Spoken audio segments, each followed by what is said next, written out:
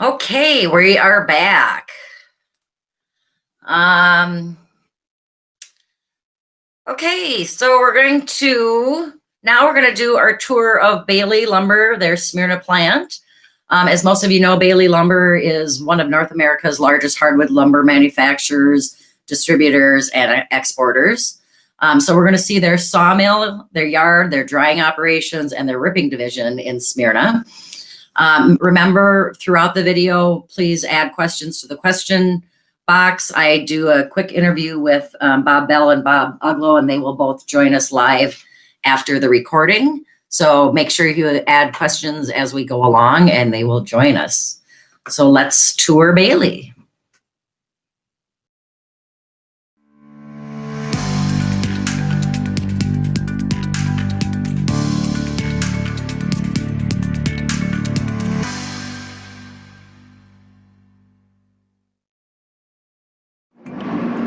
I'm Bob Bell, the yard manager at the Smyrna location for Ballie Lumber Company.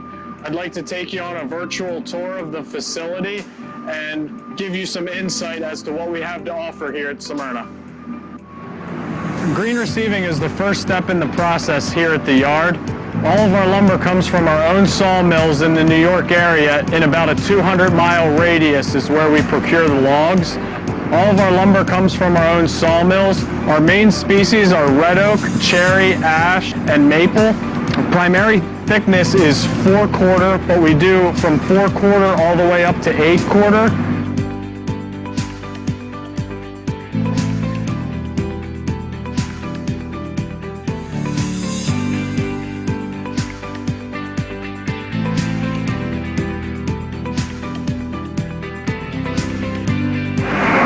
After we receive the green lumber from our sawmills, we take it over to the green line, where we inspect all the lumber that comes in from our sawmills and any other outside mills. After that, it goes through the trim saws, which we double end trim each board to have uniform lengths, so when it goes into the kilns, it's nice and consistent to make it easy to stack. And at the end, we have an automatic stick layer where we're sticking the lumber and putting sticks in between to have uniformity. They're nice and straight. The attention to detail has to be perfect so the air can flow through it consistently and evenly to get proper drying.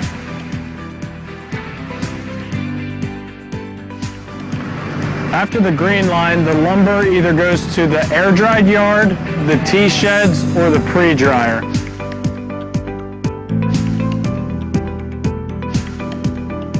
This is the first step to the drying process, so it's very important that the sticks are perfectly straight and the blocks are straight to ensure the consistent drying and the airflow through the lumber.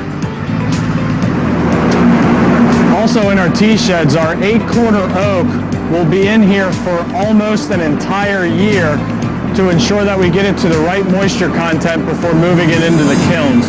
We put shade dry on the outside to control the amount of moisture that can get in and also it getting hit by the sun too hard. At Samira, we have 2.2 million feet of kiln capacity. We have 29 total kilns, and we dry approximately 3 million board feet a month. Depending on the thickness and species, lumber can range in the kilns from 8 days all the way up to 45 to 60 days. After the drying process, the lumber comes to the kiln dried line.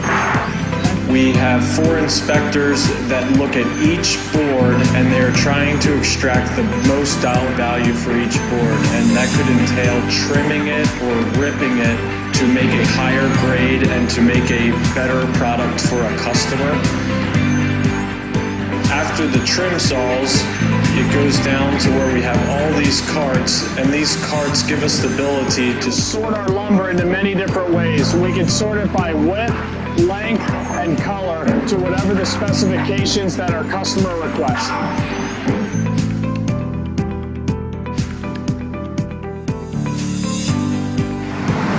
We have the ability to surface lumber here at Smyrna.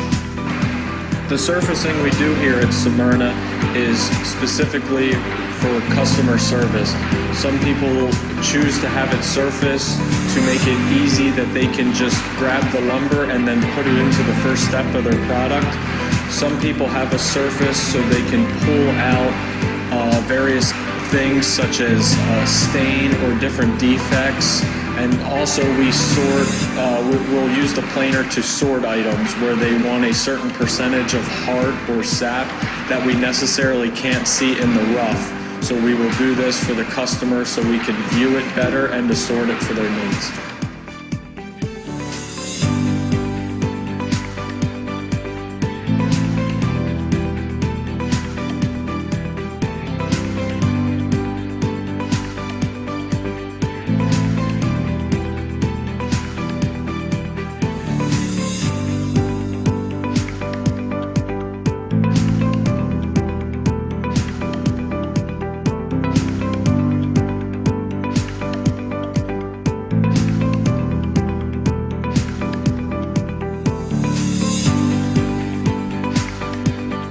Automatic bander puts plastic bands around the lumber to ensure it can safely be put on a truck. It has a press on either side and the top to make the pack very tight to ensure that everything is safe when we go to load the trucks and it gets to our customers.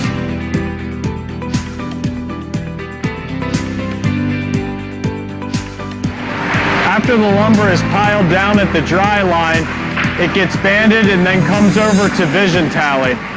The vision tally system has lasers on either side of it to measure the exact length and width of each board in the pack. This ensures that we have the exact board footage of every pack of lumber we push out. At Smyrna, we provide a rip-to-width product for our customers. This product offers many different benefits such as cost savings, labor savings, and time savings, as well as freight savings, to name a few. Here at the RIP division, we are taking another step into the process. We are surfacing it and then ripping it to the millimeter for whatever the customer's specifications are. A lot of these items go into kitchen cabinets, and the main focus on this is to take a step away from them in regards to labor and them not having to deal with the waste. The waste is beneficial for us because we have a large wood waste boiler that we use to heat our kilns, so we're able to use up all the waste here in a sustainability way. Here at Smyrna, we offer a wide range of thicknesses and species.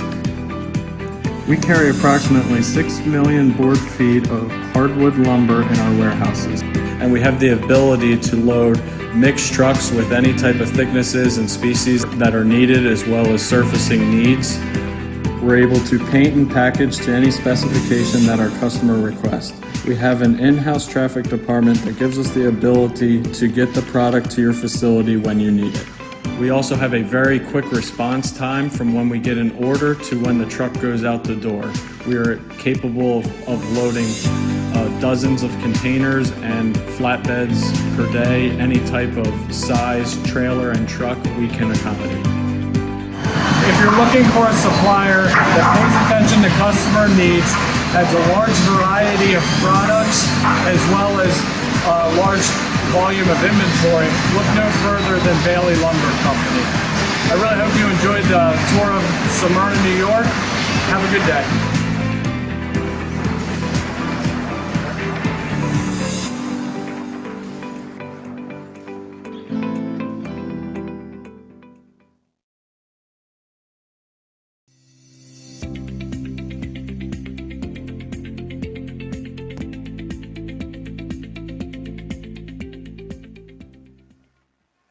Here is a look at the Smyrna, New York facility for Ballie's Ripping Division. This facility is attached to our Smyrna, New York concentration yard, giving customers the full log to rip capability, and giving our customers some vertical integration right from the log to the rip through the kiln drying process.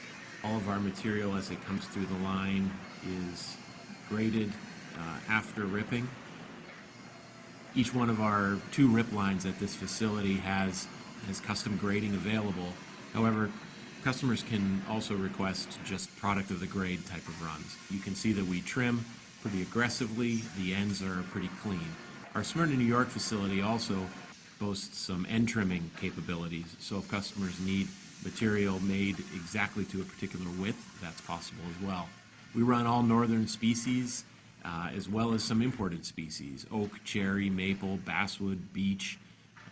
We do it all here at the Smyrna facility. Our finished products, once produced, will all be tagged and can also have your unique part number attached to the bundles. Give us a call if we can help you out with any of your custom rip needs. We service all industries: oak cabinets, moldings, flooring, blanks as well.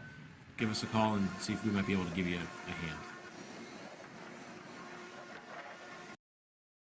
Okay, we just watched the videos from Ballie Lumber, and now we are going to do some interviewing. We have Bob Uglow, and also on the line is Tony Cimarelli. So we're just gonna go through a few questions. Thanks, first of all, for the videos. Those were great. The first question I have is, how long have you been in the hardwood lumber business? All right, I went to college at West Virginia, and I graduated with a wood science degree, and I did a summer internship with Ballie in 2010, and then was hired on after that. And I've been with Ballie ever since 2010, and I've worked in their North Carolina facility, their Ohio facility, and now I'm up here in Smyrna, New York. Great. Bob Uglow? Yeah, I've been at it for 25 years. Graduated from Penn State, and also a product of Ballie's internship program. And yeah, trading lumber for most of my career, and now since we've opened up the rip to width capabilities at Smyrna, I've been charged with selling the rips out of there. Great. Why don't we back up for just a second, and both of you tell me what your positions are within Ballie. Go ahead. Sales manager for the rips. Okay, great. Yep. I'm the plant manager at the Smyrna facility. Okay, great. Okay, how has business changed in the last 10 years? For us, business has changed as far as just popular species and products, and also what markets we sell to. Certain things go to China. The European market has fluctuated in the last 10 years. Same with China. China really had a boom since, the 2010 until now. Just kind of markets changing is the biggest. Sure. How about in 2020? That's been the... Your guess is as good as mine.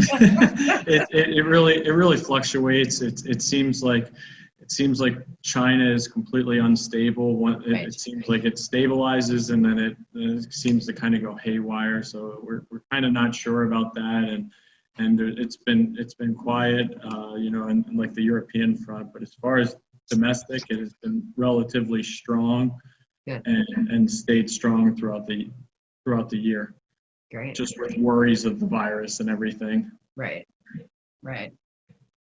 Good. What are your main concerns, and how are you planning for the future right now? Well, as far as our, some of my main concerns, for short term right now is, right now we are kind of in a time period where hardwood fiber is just hard to come by right now. Sawmill production is quite low, and the response to the markets are pretty good in North America. China is moving products moving out pretty fast. So, my short term concerns are really around fiber, and just making sure we have enough to run. The near term kind of concerns that we have really revolve around people.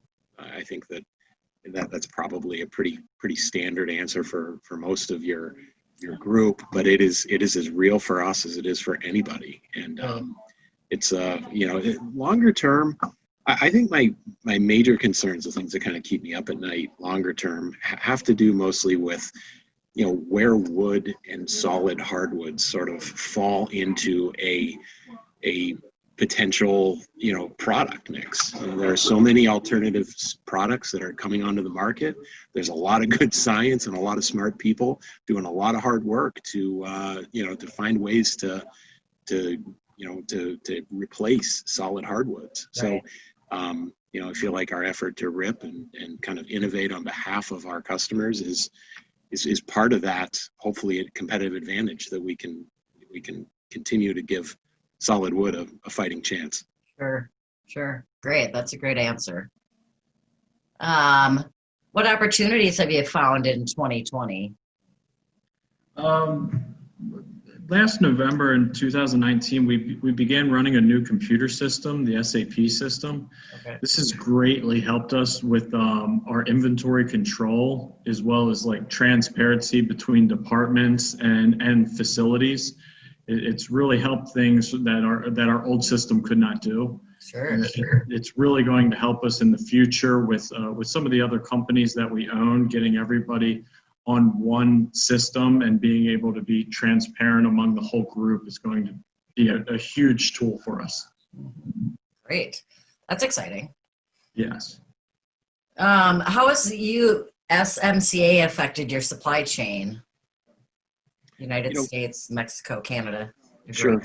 For us, I can't say that it has very much. Okay. Either, we don't, for our supply chain or the supplier facing work that we do, it's mostly just in the United States. So there hasn't been much, and even on our customer side, we haven't seen major changes implemented yet as a result of it. Not to say we won't, but to this point, not much. Okay. All right. Good to know. And I know you export, correct? Do you also import resources or?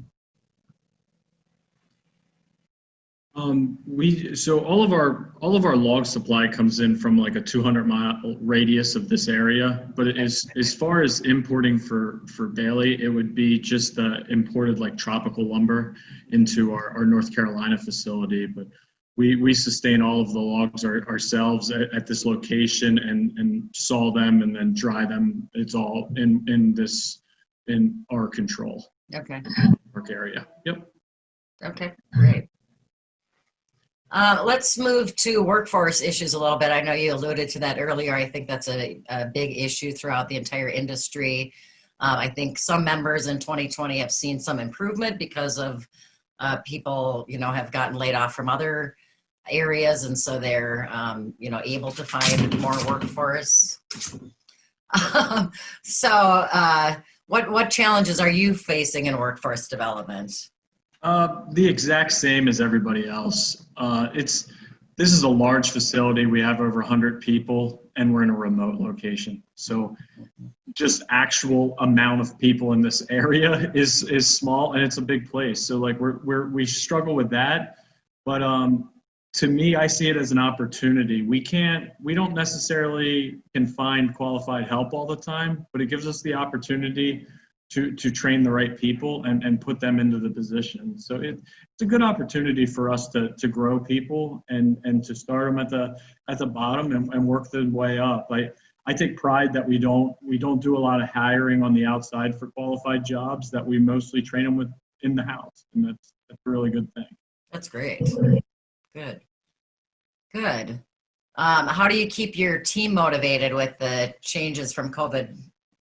Yeah, that was one of the main things we used to always do is like catered lunches and things like that. But now that we can't have social gatherings and grab food like that, we stopped doing that. So I've been trying to do more apparel, giving out hats, T-shirts, lunch boxes, things like that. Yeah. And I've been having increased meetings with the employees outside, of course, socially distant, but and just telling them what's going on, what I know, what the market is and what I'm hearing and how things are, because everyone's just always, especially back in like March through May when we didn't even really know what was going on, constant meetings and just communicating to the employees and giving them what we know so they're aware and not worried.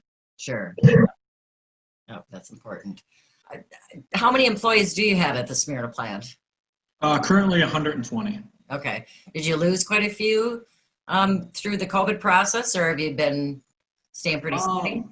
No, but been pretty steady. I Good. mean, we fluctuate, but overall, not losing anyone because of the like any virus-related things or anything like that. But overall, it's been pretty good. Just it's more just been the struggle to actually find people applying, especially like from like May to like July. It was just wasn't getting anyone applying, but still, losing people to retirement and things like that. So we were just having trouble replacing jobs. Yeah, I think when the stimulus checks were going out, everybody was having a hard time finding anybody to Absolutely apply at that point. So that's been across the board. Do you have any plans to expand at all? There's no immediate plans to expand at this location right now, but Ballie Lumber's always looking for opportunities to grow and any opportunities to better themselves and make more money and things like that. But at this location, not at this time. Okay, great. What are the most valuable lessons you've learned in 2020? For me personally, just how important communication is. When problems arise like this with the virus, the best way to overcome is working together and staying in constant communication. Most people at our corporate office, they've been working from home or inadvertently coming in, but I haven't really seen that it's affected anything. I think it's actually making people communicate more, and I think it's a really good opportunity to get people on Teams calls instead of just shooting an email and stuff. I think it's really helped with that. Great, good. How do you stay positive and find some silver linings? For me, I just look at all the successes that we've had. At this location, we're running at full capacity. We haven't had a single COVID case at this location, and we're financially above water in these tough times where a lot of people in different markets and different companies, aren't doing as well. But I'm pretty happy to see where we're at. I'm pretty happy that we didn't have to do any layoffs, and overall what we're able to do at this facility. It's exciting. We have a lot to be thankful for. Yeah, that's wonderful. Excellent. How has the supply chain been impacted by the pandemic? I think similar to what Bob had just mentioned there, that the woodworking industry or the products that our customers sell, we're kind of on the right side of the economy, if you will. I mean, we weren't in the service industry, we weren't restaurants or airlines. So, by that, our supply chains with our customers, and especially on the rip to width side, where people are taking our products and running them right into their production. We had some work to do. We had customers that were leaning into us harder than they typically would because their projections had spiked, their sales had spiked, and we've done our best to react to that. And at the same time, like everybody knows that the wood fiber barges don't turn quickly. We don't do anything fast when it comes to sawmills and changing direction or going faster or slower. So all of that has been a lesson in patience, a lesson in creativity, trying to offer new products, offer substitutes when people are really in jams, and just working close together with our customers. But it has not been unaffected. Right. We've done a lot of quick thinking over the last few months, Sure. trying to roll with our customers. And that's something that I think everybody in 2020 has had to learn to adapt to. Like you say, the ship's going one way and we got to start steering it in another direction. That's a challenge for sure. Exactly. Yeah, that's right. Good. Do you have any new roles or skills that you need to train or hire for? Just mainly looking for just our entry-level positions, but we always have of manager trainees that we're looking for, people that have like a 4-year degree in like a natural resources degree, and we're mostly just looking at their attitude and team player and what they would bring to the table. It's this is in the lumber industry, it's definitely a high turnover rate. But it's not because this isn't a good place to work. It's just finding the right individuals that want to work in this environment and enjoy working with their hands and working in a group team setting and yeah, it's exciting. It's exciting to do that, and it's sometimes hard to find people to move to a remote location and all those things. Sure. What are your key areas of concern? I don't like to talk about the labor thing. In regards to us, I think we're okay with hiring and where we're at, but it is always a concern. It's hard to run a 2-shift operation, but I would say more about finding the right people and training it and getting, when older generation retires and getting the younger generation to learn their skill sets and continuing that process year in and year out. Yeah, I spoke to a gentleman the other day, and he said really the biggest struggle is just, even getting them to just show up every single day and understanding that that value of it's easy to hit the snooze button and go, I'm not in the mood to go in today. But it's, in manufacturing, that's everybody's relying on the entire team being there. I constantly get the, the younger generation is this and that. And maybe it's because I'm younger, but, I always take it as, well, what can we do? Because at the end of the day, we don't have a choice. Like, the older people are going to continue to get older, and this is our market. So like, these are the people that we got to use. So like, what can we do to better serve, their needs and stuff? And that's kind of how we got to think about it. And the one thing that we have done here is we have a new manager that is in charge of hiring and training the employees, something that we didn't have a big focus on. And now this manager, she works with the person for a week and properly trains them how to do it and kind of walks along with them and beside them, so they're more comfortable in their first couple of weeks of work. And we've seen some success in that, and I think that's helping, just to have that one-on-one approach. That's great. That's a great way of implementing something simple, but like you say, it makes a new employee feel more confident and they have somebody to go to. That's great. Yes. What are some areas you're focusing on investing in, either facilities or machinery, anything like that? Currently, we don't have anything on the yard side as far as projects going on right now, but we're always looking at equipment that can make us more efficient and improves our quality. Those are the two biggest things. We want to make sure the quality of the lumber that's going out is perfect, and our efficiency at our production lines are as best as possible. So anything with the kiln drying process that we can improve, we're always looking at different schedules or different types of kiln equipment to improve the way we dry our lumber and everything like that. Sure. Great. Do either of you have any other things that you'd like to share about your facility with our members? Our members are, as you know, they're component manufacturers throughout the United States. So if there's anything else you'd like to share about your facility, feel free to. I think on the, for the just a quick plug for the Rip to Width, products, I think that is, a custom fit for wood component manufacturers.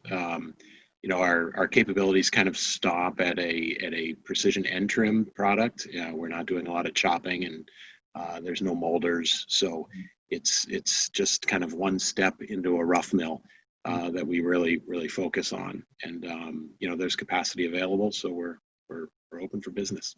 Great. Okay. If that's it, then I'm going to open look and see if we've got some questions from our audience. So we'll do that now. And there's Tony. Great, all of you. So we do have quite a few questions from the audience, which is great. I'm going to start out with a few from Phil. He asks, first of all, do you own your own timberland? What thickness does the RIP division do, and what lengths does the RIP division get up to?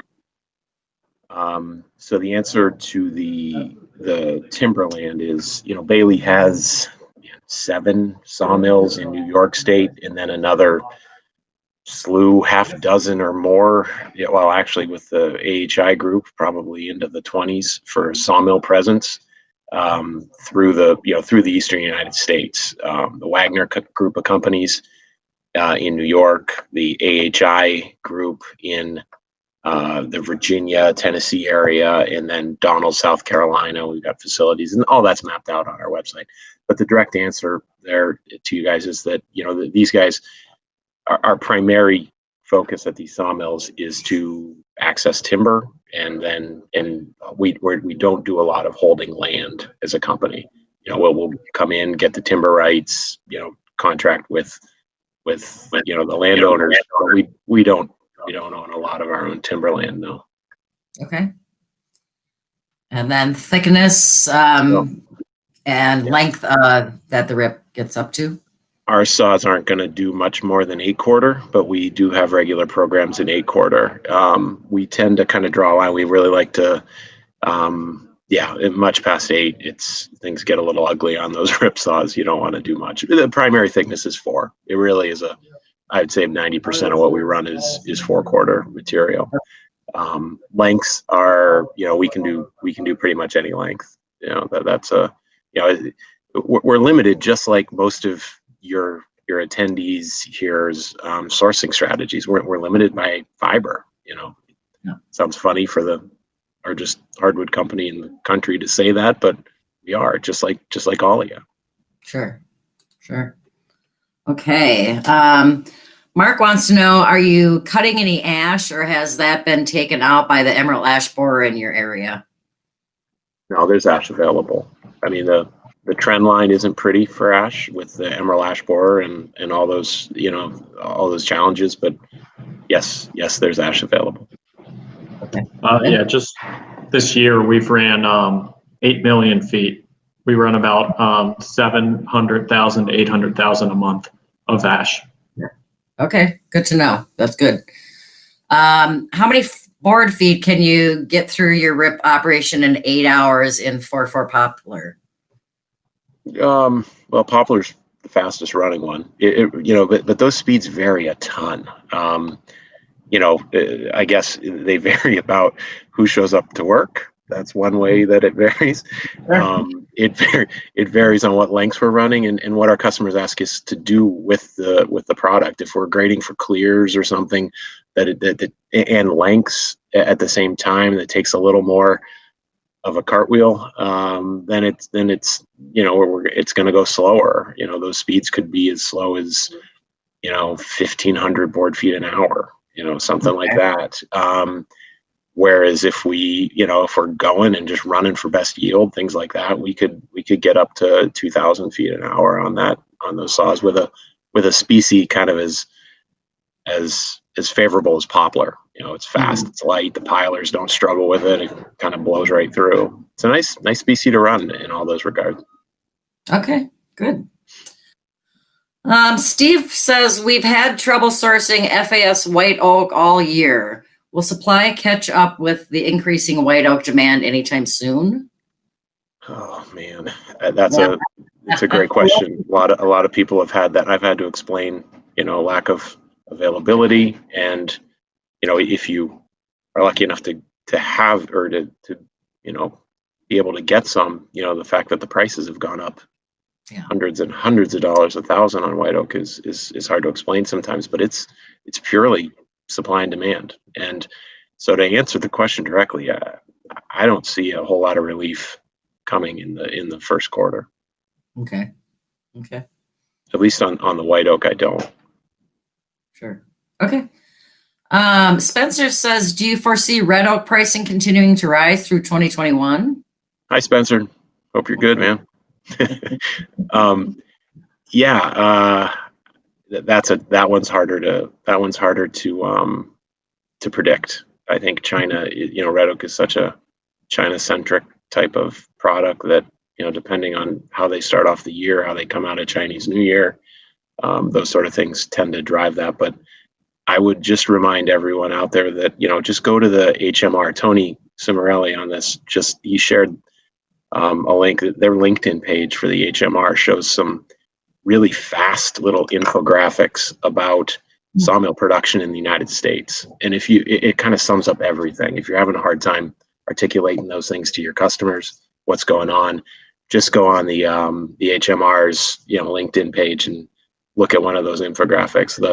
The line on sawmill production for the last 5 years has just been like this. And when we're down here in this spot, supply is going to be low and prices are going to inflate. Yep, absolutely. Okay, Dale says, when shipping overseas, what is the optimal moisture content when loading a container? Bob, that's probably you, buddy. We dry everything to 6 to 8% moisture content. Okay. Yeah, it doesn't matter where it goes. That's what our target moisture content is. Okay. Bob, to clarify that, Bob's major yard doesn't do a ton of white oak. So when we're down in Kentucky, we'll do a lot more white oak in there, and that is more of an 8 to 10% moisture content target. Yeah, you tend to dry white oak a little more moisture in it. Sure. Okay. Frank says, what does the poplar log heartwood go? I'm guessing he's asking where the where. Thanks, Frank. Yeah, the two major residual markets for the heart of any log are in cants, which would be railroad ties or some big 7x7, 7 by random type of thing. Poplar isn't favorable to go to those markets. So it goes to the second one, which is, pallet material, smaller material to go to pallets. So Frank, I think to answer your question, it's mostly the pallet market, but a poplar log grades out pretty well. I mean, there's a lot about the economics of sawing poplar isn't about what you can find in that center log. I understand your question, but it's really how fast we can get it through a mill. How fast that log, how much time that log spends in a sawmill is really key to doing well with sawing poplar. Great. Okay, that is all the questions that I have from our audience. I'll give it another minute or so. Is there anything else that you want to share since we've talked last with everybody? No, this is a great event. This is really neat. I hope everybody's getting as much out of it as we are. This is, I would say last week and even yesterday, Marge and I were pretty frantically trying to figure out if things were going to go smoothly or not. This is all new to us, and so it's been kind of like, okay, we're gonna throw it out there and see what happens. But yes, it does seem to be. I'm glad that people are interacting. It's nice to see. It's what we can do. So the platform's great. Pretty cool. Yeah. Thank you. Thank you. Yeah. Yes, thank you guys very much for participating. We really appreciate it. I think our members, they know Ballie, but it's exciting for them to see, the plants in action and things like that. And I will be sure to share with our members how to get in touch with you three in particular if they need anything or have any questions. And again, we appreciate it. Thank you. Thanks. Have a great day. Bye. Thanks, you too. Okay, we are now going to do another tech partner update. This one is from SCM Group. Karl Frey is, we've got some information that he's going to share with us. So we will, and actually he's doing a tour of their plant in Georgia. So let's watch that. Welcome to SCM Group North America. We're pleased to have the Wood Components Manufacturers Association join us at our SCM headquarters located in Duluth, Georgia. Earlier this year, we were a sponsor of the European Tech Tour, and we were going to be visiting the Celaski factory and Balestrini factories of SCM Group and touring some of the leading flooring and chair manufacturers in Italy. That's been paused, and hopefully we'll have that opportunity in the future, so we thought we'd take advantage of your time and take you on a tour of our facility here and demonstrate some of the capabilities that are available for you. Hello, and my name is Karl Frey. I'm the product manager for housing process sales here at SCM Group North America, and I'm the one that will be your host during this brief tour.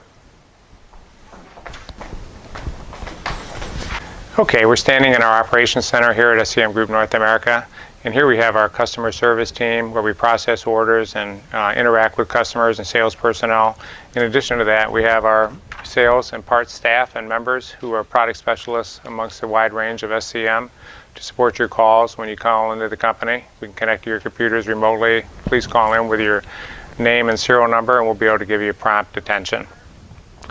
This room is designed to have good interface between the sales and parts personnel and by technology, so we can give you a rapid response. You also notice several computer monitors on the walls where we track all the phone calls that come in, availability of technicians geographically throughout the country for a prompt, rapid response. In addition, towards the end of the building, we have our applications team here to provide software training and support, does customer demos, and interacts with customers who have questions in that regard. Okay. We have several dashboards here for our different teams. This is our dashboard for our parts team. And we can see where we track phone calls coming in red, people that are available in green, and how long those calls are taking place. We also know how many calls are on back order, and we look at our service time and return time of calls. So all your calls are tracked, and we do want to continue to improve our service and support, and this is a good method to do that. So we do this for our parts. We also have a similar board for our service and also for our applications team within our situation room. Okay, welcome to SCM Group's North America's Technology Center. Here we're standing within a 20,000 square foot facility where we have a lot of equipment on display. The machines are under power, and our product management service team is here to also support your efforts along with our applications team with demonstrations in great detail. I'd like to show you what's on the board here and let you know a little bit about our company and update you on the type of products that we do have in this showroom. Before we get started, I'd like to do a brief presentation on SCM and what technologies we do offer and what you're about to see in the showroom. SCM has been in business since 1952. What we do, we have both SCM brand and CMS brand present today. SCM brand is represented here in North America in Duluth, Georgia, and we also have an office by CMS in Grand Rapids. In addition, SCM has a facility in Concord, North Carolina for superficie and sanding, which you're always welcome to attend. So for here, we do have the additional technology. And I recognize we would have seen some of this technology on a technology tour we had planned earlier this year when we were going to do the European tour and visit our Chelaski tenanting factory and the Ballestrini CMS factory where we manufacture CNC machines for chair parts and very elaborate 5-axis machining also. But today, SCM consists of CNC machining centers which are manufactured in Rimini, Italy primarily, and that's where we have our SCM and Morbidelli brands. We also have routing and drilling centers for through-feed routing, CNC machines for solid wood processing for the timber industry, glue lam, CLT.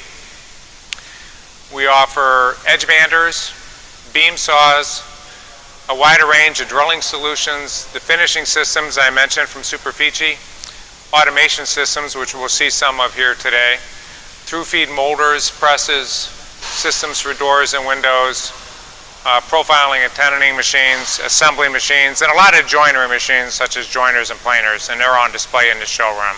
So again, I want to emphasize this is an active showroom, and this showroom's here for you. It's under dust extraction. Let's take a walk around and show you what we have available.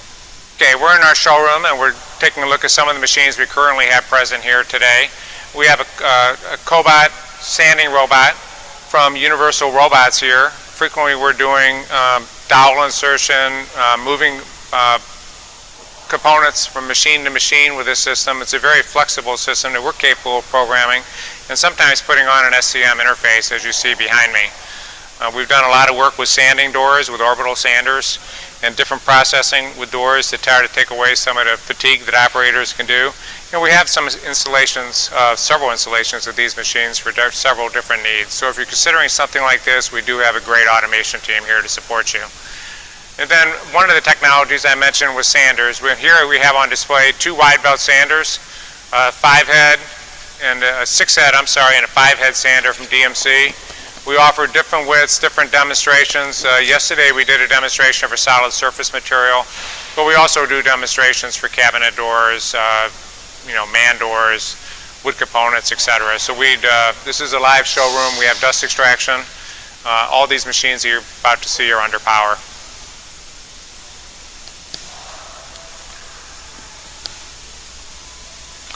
As you walk around the showroom, while I know it's a Wood Component Manufacturers Association, there's a lot of panel machines also, and I know a lot of you are doing more panel. The sanders will do wood end panel. Here we have through feed machines, load on the in feed, offload on the out feed for drilling and routing operations for cabinet components.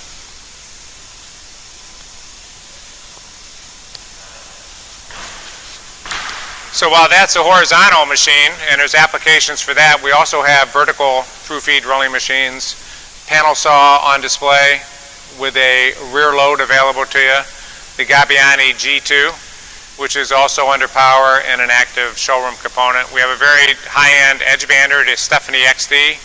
All these machines are in the market, and it's under power, as you can see also, where we could edge band, tape, veneer, solid wood, etc.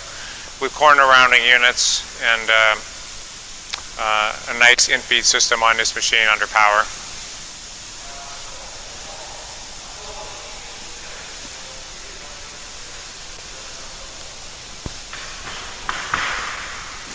You see our joinery machines over here to the right. So we have some planers, joiners, shapers, which we're well known for also. And then here we have the Accord Cnc Router, which is a very popular router for us. So a lot of our machines today, a very high percentage are 5-axis machines. This is a 5-axis machine with the automatic table. So it's become popular for manufacturing cabinet doors, doing outside lipping, doing inserts, cabinet by cabinet, sizing and sanding. For the window and door industry, processing parts once, putting your stiles and rails down, potentially doing auto milling, but certainly all the characterization of the parts. The furniture industry, the solid wood furniture industry, with the batch sizes getting small, is very capable to reference a part once and have a finished part come off due to the 5-axis machine. The automatic table is, moves automatically to bars in the X, the cups or clamps in the Y. This is a vacuum cup for cabinet doors, for example, to hold them along the stiles and rails, and we have different sizes for different applications. Also, 5-axis calibration units, a very nice new development for our 5-axis heads as standard today. So as you can see, this is also a working environment. Here we've done numerous CNC solid wood seminars focusing on the cabinet door, furniture, and stair industries, running complete parts and assemblies. We don't normally keep those parts, but we have a nice window and door assembly over there, architectural door, of parts that have been produced during the seminars. It is an active showroom. It's a working showroom. We do some rotation of machines in and out. Here we have a nesting cell. So we had one come out. We're about to place another one inside the cell. So this is a flat table CNC router for nesting. I'm sure you're familiar with it. It's got a rake on it, a tool changer, and it's about to be put in place and hooked up to power for further demonstrations.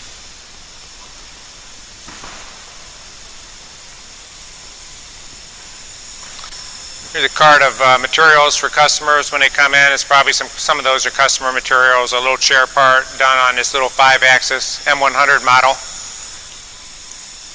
And just some demonstrations we've done recently for the plastics industry. Of course, you saw the plywood chair, which is interesting for nesting. But there's a lot we could do here. It's a very compact machine, 5-axis machine. We have a full range of machines, and as you can see, we have 3 and 4 CNCs in the showroom, and then another edge bander here. But what we're doing here is, as I mentioned, we have the Cobalt robot up front. Robot up front. And here we have a nesting cell where we're looking to do some integration with an edge automation in this case, and automatic loading with their system. So we're able to do some work and support here and do some of that integration here at our site in Duluth, Georgia. So as I said, it is an active showroom, and this is a work in process. So some of you have been here, I'm sure. We'd welcome your visit. I know travel is not what it used to be. We do remote demos, but we are here to run your parts and demonstrate these capabilities as you need to see it. Okay, we're standing in our spare parts area where we ship. We have the incoming parts arrive here, and we ship the parts here. We're open from 8 to 6 Eastern Standard Time to take parts orders, and we're able to ship during those hours also. We also have 24/7 parts support after hours available to our customers. So here's where we have our parts go out. We have over $10 million worth of spare parts. We have both horizontal storage, vertical storage, and several racks for our large part storage from this area. Okay, on behalf of SCM Group today, I'd like to thank you for your time. All the team members here at SCM Group appreciate your business and want you to know that we're available for you. And we look forward to seeing you soon in the future. Okay, that was a great tour of SCM. We're going to have Karl join us shortly, I believe. If you have any questions for Karl or the SCM team, you can add those to the question box, please. So I don't see any questions from our audience. How is business for you? Are you as busy as our members seem to be? Our machine tool business isn't what it was last year. We're down a lot less than we thought we'd be, but activity's been good. Our backlog has been steady. And unfortunately, we just had a lot of deliveries take place the second half of the year because we've had some pause in our manufacturing for a brief period of time in March. Okay.